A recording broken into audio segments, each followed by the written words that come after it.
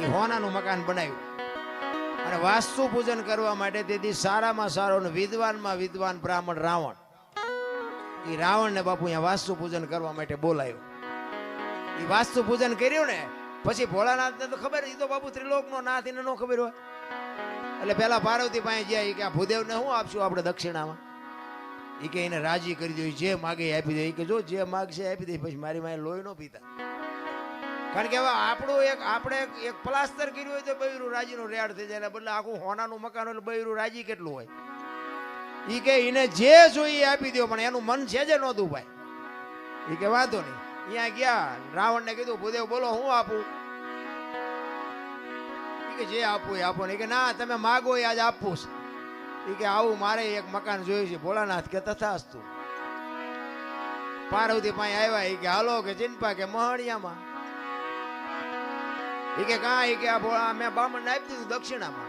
એ કે હું કામ આપ્યું? એ કે કકળાટ ન કરશો, તમને પેલા પૂછીને ગયો તો કે માગે એ આપી દઈશ.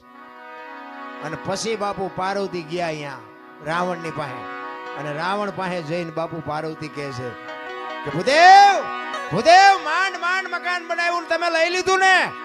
લઈ લ્યો, પણ આ મકાન ને જો એક દી ભડકે ન બાળું તો હું શક્તિ નહીં લખવું, અહીંયા લખી લેજો.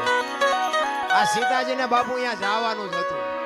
નકર સીતાજીની બાપુ એની સામે દ્રષ્ટિ પડે ને તો રાવણની રાખ બાપુ આ ધરતી ઉપર ન પડે, રાખ ઉડી જાય. ઈ દીકરી હતી સીતાજીને. તમે શું માનો છો? એની તાકાત જ નથી કે રાવણ એની સામે દ્રષ્ટિ કરે. અને રાવણે બાપુ સીતાજીને ઉપાડ્યા ને તારે માં કહીને ઉપાડ્યા છે કે માં તું આવ્યો ને તો મારો બાપ આવે, અને ઈ મને મારે ને તો મને મુક્તિ મળે, અને અહીંયા આવે ને તો મારી લંકા પવિત્ર થાય. બાપુ રાવણ જેવો તેવો નહોતો. ચાર વેદ જેના મોઢે હોય, નવ ગ્રહ જેને ઢોલીએ બાંધ્યા હોય, પવન પાણી ભરે વાહ વાસીદું કરે, ગણે ગાયું ચારે, રવિ રસોઈ બનાવે, શિવ જેનો ભંડારી હોય, યમના દૂત બાપુ એને રજા લેવા આવવું પડે કે અમે એનો જીવ લેવા જઈએ છીએ. એ અને આ ધરતી ઉપર 14 ચોકડીનું રાજ કર્યું રાવણે.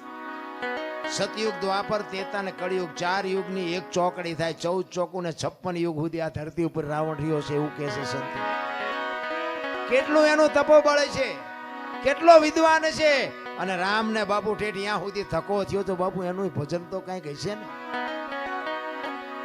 પણ આપણને છે ને કઈ આમાં સમજાતું જ નથી. આપણે મને તો એમ થાય કે ચારે બાજુ કથાયું વંચાય છે, ધૂનું બોલાય છે, ભજન થાય છે, માતાજીના માંડવા થાય ને, હવન થાય ને, પ્રતિષ્ઠાયું થાય ને, મંદિર થાય, તો બગાડ કાં નથી ઉભો રહેતો?